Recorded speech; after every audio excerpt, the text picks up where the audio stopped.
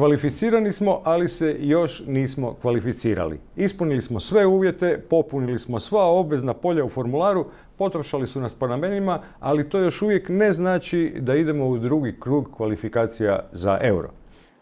Sve o Europskoj uniji i hrvatskom putu prema euru saznajte u drugoj strani HTV-a, gost emisije Valdis Dombrovskis.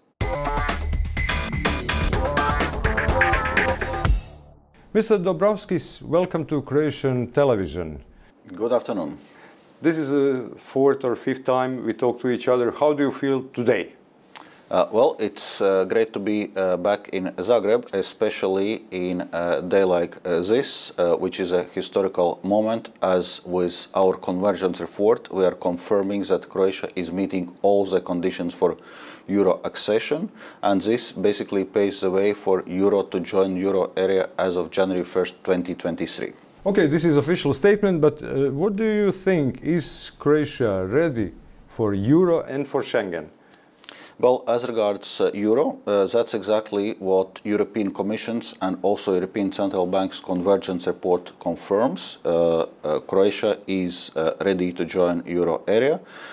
Now it requires a procedure of member states confirming this, and we hope that this will be done by mid-July, when final decision should be taken, and then we need to concentrate on practical preparations. As regards Schengen, European Commission's position is also clear. European Commission has confirmed that Croatia is meeting all the conditions also as regards Schengen accession, so we hope for member states completing their procedures as soon as possible. As soon as possible, meaning at the same time as with the euro, or it could take longer? Well, I cannot give a specific timeline for this, because this process now is in the hands of member states. So for European Commission, it was to give assessment whether Croatia meets all the technical criteria, and our assessment is that yes, Croatia meets all those criteria. So it means that we are qualified, but it is not certain when and how we will join either euro or Schengen. Well, as regards euro, I would say things are well on track. So we expect now speedy decision-making procedure of member states, also opinion of European Parliament, and we expect that all these formal steps will be done by mid-July. And then Croatia will be able to enter euro as of January 1st, 2023. I cannot give this exact timeline from Schengen, as this council has not yet clearly set this timeline. Both are actually political tools for EU unity, right? Well, indeed. European semester spring package published that, I can quote, that 12 EU countries had macroeconomic imbalances, and of those 12 countries, only Croatia and Ireland have been found to no longer experience macroeconomic imbalances. Could you clarify this for the broader Croatian audience? Well, indeed, this was something which we confirmed during the European semester spring cycle, that Croatia is no longer experiencing imbalances. The main reason why Croatia was in macroeconomic imbalances procedure was related to high levels of both public and private debt, but we see that both public and private debt has declined substantially and continues to show strong downwards tendency. So this was the reason for conclusions that Croatia is not experiencing macroeconomic imbalances anymore. But what does it mean for the broader audience? For instance, France, Germany, Netherlands, Portugal, Romania, Spain, and even Sweden still have imbalances. Are we performing better? Do we have a more resilient economy? What does it mean in practical terms? There are different criteria and parameters which may lead to the conclusion of countries experiencing macroeconomic imbalances. High debt is one parameter, and that was the case also for Croatia, but we have a number of countries where debt to GDP ratio is much higher than in Croatia, and this often leads to the conclusion that countries are experiencing imbalances or even excessive imbalances. As regards, for example, Germany and Netherlands, the fact that they are in macroeconomic imbalances procedure is linked to the fact that they are having large current account surplus. So we're looking not only on deficits but also on large surpluses as macroeconomic imbalance. Is that bad? Well, it creates certain macroeconomic imbalances. It also may reflect certain suppression of domestic demand, domestic investment. And probably the public spending is not large enough. Well, that's exactly what I was mentioning, with probably some suppression of domestic demand and investment, which can come both from public and private side. You will try to convince them to spend more, so maybe those imbalances will diminish in next year or years to come. Well, normally the reference value for countries being in imbalances concerning current account surpluses is if current account surplus exceeds 6% of GDP, and this is still the case for both Germany and Netherlands. There has been some downwards tendency during the COVID crisis, but remains to be seen whether this continues. Croatia probably would not have such a problem in the near future, I think. But let me touch just a little bit the other topic. At the World Economic Forum, you have said, I'll quote, EU needs gathering to act on energy if you want to get at the heart of financing for Putin's war. Otherwise, we are in somewhat a paradoxical situation that we are providing massive support to Ukraine with one hand, and that we provide financing to Putin to continue its war with another hand. So this clearly needs to stop. How? I was making those remarks in Davos in a context that member states still have not agreed to the six sanctions package. In between, this agreement on the six sanctions package has been reached, and that's an important step. Of course, it does not imply full oil embargo as European Commission was proposing, but still it will allow to decrease Russian oil imports by up to 90% by the end of the year. And indeed, it's important source of financing for Russia to finance the war, because if you look at the pre-war trade flows between EU and Russia, 62% of Russia's exports to the EU were hydrocarbons. We have already banned import of coal. Now there is, to large extent, oil embargo. And we are also, in any case, phasing out our reliance also on Russian natural gas. But there are some exemptions to this package number 6, right? Well, indeed, there are some exemptions for landlocked countries concerning the gas supplies via the pipelines. That's why I said it was not full embargo as initially proposed by European Commission, but clearly it's a major step forward. And there are also other elements, important elements in a six sanctions package. For example, de-swifting of Sberbank, which is the largest Russian bank. Okay, so you think that the six package of sanctions will be efficient, or you are still thinking about the maybe seventh package? Well, we are definitely not excluding further steps regarding the sanctions, but it must be said that European Union and well, the Western world in general has responded forcefully against Russia's aggression, and the fact that we have already six sanctions packages applied against Russia clearly shows this, and we see that the sanctions are having their effects, and these effects are also accumulated. How these sanctions will affect the European Union economy? EU economy is affected through high energy prices, high food commodity prices, disruptions in supply chains, also negative confidence effects. But all these are a direct consequence of the war, so the best way to deal with economic impact of the war is to stop the war. And that's why we need to continue to support Ukraine and to put pressure against Russia.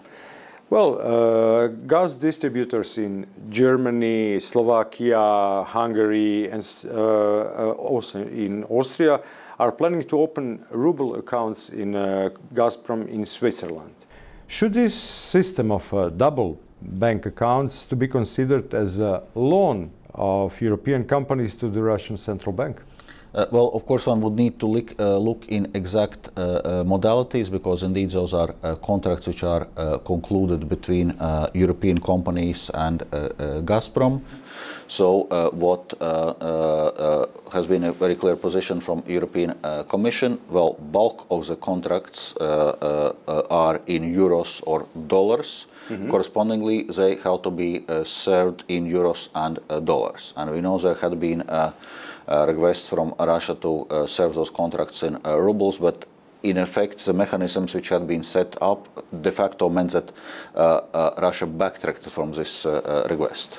So far, it wouldn't be the breach of the sixth package of sanctions? Well, of course, we would need to see exact modalities, but as things had been done so far, that companies kept their payments in euros and dollars, even if it was, for example, in a Gazprom Bank account, and only then later these payments in euros and dollars were converted in rubles. Would this sixth package of sanctions, how this package will affect EU monetary stability? I think there's no point to look at one sanctions package separately, because all six packages are having a cumulative effect. Mm-hmm. I would not say that there is much of an issue for monetary stability, and also if we discuss financial stability, actually EU financial sector direct exposure to Russia is limited. Correspondingly, we are seeing limited effects on EU financial stability. For example, in Croatia, there was also the case of winding down a Sberbank subsidiary, which was done in an orderly way without undermining financial stability in Croatia. How do you see these problems accumulating and making everything more expensive will affect inflation, for instance, in European Union? Well, clearly, as we were discussing before, there are economic consequences of the war. We threw it through several channels, including, as you mentioned, high energy prices. So, well, first and foremost, once again, we need to concentrate on stopping the war, stopping Russia's aggression, helping Ukraine to win this war, because that's the way also to deal with the economic consequences of the war. Of course, in between, we need to mitigate it. For example, move away from our dependency on Russian fossil fuels. Mm-hmm. And besides what we were discussing on sanctions, the European Commission has come forward with a so-called Repower EU plan, which exactly outlines how we can actually move away from our dependency from Russian fossil fuels, diversify our supplies, and also fasten the rollout of renewables and energy efficiency measures. Because clearly we cannot be reliant on a supplier who is openly threatening us and who is using energy supply as a tool of manipulation. But we will rely then on some other exporters of fossil fuel, because we cannot switch in a short term from a fossil fuel to the cleaner energy. So let's say we are losing certain rules that were previously in place. Was that one of the reasons that Croatia fulfilled all of these prerequisites for entering the euro? Well, actually, no. If you look at the public finances criteria, clearly there was a discussion that we are currently not opening excessive deficit procedures because there is this additional fiscal flexibility, but it was also clear that for Croatia to have a convincing case about joining the euro area, it's important to meet those fiscal criteria also on substance. And if we look, the budget deficit last year was at 2.9%. This year, European Commission's forecast is at 2.3%, so it's well below reference value of 3%, which is in Maastricht criteria. Will the current situation postpone the green plan for Europe? Well, actually, the opposite is true. If you look at our Repower EU communication, we are proposing to actually accelerate the green transition, so to diversify supply sources of energy, including natural gas in a short term, but to accelerate the transition in a medium term, meaning more investments in renewables and energy efficiency. Is it a hidden opportunity for this war for a green plan? Well, I would not call war the opportunity, but clearly it focuses the minds on the need to phase out Russian fossil fuels, and this you can do by diversifying to other suppliers, but this you can do also by speeding up the Green Deal. But there is a need for a common energy strategy for European Union. Different countries have some different priorities. How you will bring all of them together? Yeah, that's exactly why we propose this Repower EU plan, and now we are proposing that member states are preparing dedicated Repower EU chapters in their national recovery and resilience plans. We are also accelerating the possibility for countries to use the recovery and resilience facility loans, because there are more than 220 billion euros of still unused loans, and we are proposing also additional financing 20 billion euros in form of grants, also to help countries to do this energy transition. So there is a plenty of money, and but the countries are still not using them efficiently. Well, first of all, Repower EU communication is just put out a few weeks ago, so clearly member states now need to prepare their Repower EU plans to see how exactly each member state is undertaking this energy transition, and then to effectively use those funds. But there is also one other idea. Due to war, there is an excessive amount of electrical energy in Ukraine, huge surplus, because they have hydropower plants and nuclear power plants, which is also the clean green energy, so-called. But there is a problem. There is no grid to transfer this energy to Europe, and Europe desperately needs energy. So what is the current plan, or could you tell us more about the EC initiative for hydrogen? Well, first of all, on Ukraine, indeed we are looking at the ways how we can facilitate the sale of Ukrainian electricity in the EU, and actually the synchronization between EU and Ukraine electricity grids had already taken place.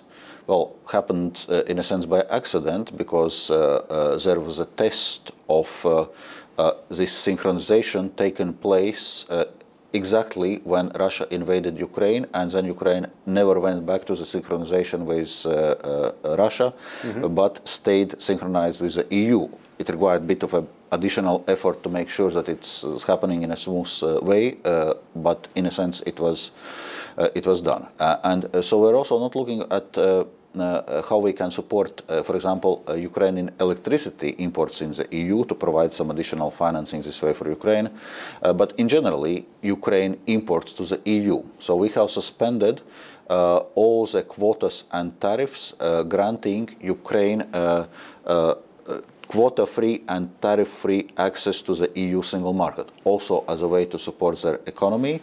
Well, for 1 year, that is a temporary measure. Well, there is a possibility to extend it, and we already flagged that we would be ready to come forward also with a proposal to extend it if situation would require so. But indeed, it's designed as a temporary measure to support Ukraine, especially now during the war. Well, on your question on hydrogen, I would say that's a bit broader and longer term question, because indeed there is EU hydrogen strategy, and for many uses, including industrial uses, there is the plan to move away, for example, from natural gas to hydrogen. And for this we need to set up the necessary hydrogen production, and it has to be, well, green hydrogen, so the energy sources of producing also hydrogen need to be green. Only then it actually helps with energy transition and with fighting the climate change. Nuclear power plants are also considered as a green because they are already in EU taxonomy, right? Yeah, well, on a nuclear, there is a bit of a nuance. They are not considered as a green, they are considered as contributing to the energy transition. So they are considered as a transitional low carbon energy. European Union is not taking positions on member states' energy mix as regards nuclear. So correspondingly, as a rule, there is no EU funds available for developing nuclear energy. There may be something in research in certain circumstances, because member states' views vary very widely on this. There are member states which rely heavily on nuclear energy and want to continue to do so, and there are member states which are strongly opposed. And so, those that are now building the new nuclear power plants, for instance, Slovenia, Hungary, Romania, so they are trying to substitute the need for energy in their own way. Yeah, and this is recognized. You mentioned this taxonomy, where nuclear is recognized as a transition. Okay, this taxonomy still need to pass member states and European Parliament. That's European Commission proposal, which is currently on table, but it recognizes the role of nuclear energy in as a transitional source of energy For the next 50, 100 years or something. Well, basically, it foresees for installments until 2045. Yeah, so it's for a long enough time, because you know that the investment and life cycles of nuclear installations are quite long. But what we are also making clear that all those new investments, which go, for example, in new LNG terminals, new pipelines, whatever needs to be now to quickly adjust our system, they need to be, so to say, hydrogen ready. We are witnesses of a historical paradox. For the last 25 years, Croatia had stable exchange rate, low inflation, and decline in interest rates. And now, approaching the euro, it's quite opposite. The inflation is going up, interest rates are going up. So what would be your message to the Croatian audience? Well, we need to disentangle two things. First of all, joining the euro area is definitely a good step for Croatia, and it will actually help with macroeconomic stability and prospects for economic development. If we look at the current price developments, as we discussed before, the main drivers of the prices are high energy prices, high food prices, supply chain disruptions, which create supply side problems. So, and it's all mainly linked with a war. So we need to be clear about reasons of current high inflation, which is equal, well, not equal, but we see it across the EU and also in other countries, whether they are Eurozone countries or non-Eurozone countries, they're all affected by those tendencies. And also another tendency is that indeed the a period of very cheap money, of very low interest rates is ending. This is something which member states also need to take into account, and that's why we are calling for prudence in member states' fiscal policies, because one needs to calculate that servicing public debt and also private debt is going to become more expensive. So you would like to say that we are late for the party? I would like to say that those are two unrelated things. The economic consequences of the war, including high inflation, and Croatia's work towards euro accession, which fundamentally can help both with economic stability and economic development in Croatia. So from that point of view, time is still right for Croatia to join the euro area. And to share the destiny of European Union. Indeed. Mr. Dombrovskis, thank you very much for the time and willingness to participate in this interview. Thank you. Bio je ovo Valdis Dombrovskis, iskusni europski igrač u 2 mandata Europske komisije. Čovjek kamenog lica koji nikad puno ništa ne obećava, ali vjerujte dobro poznaje sve taktike i strategije briselske elite. Poštovani gledatelji, hvala na pažnji i doviđenja.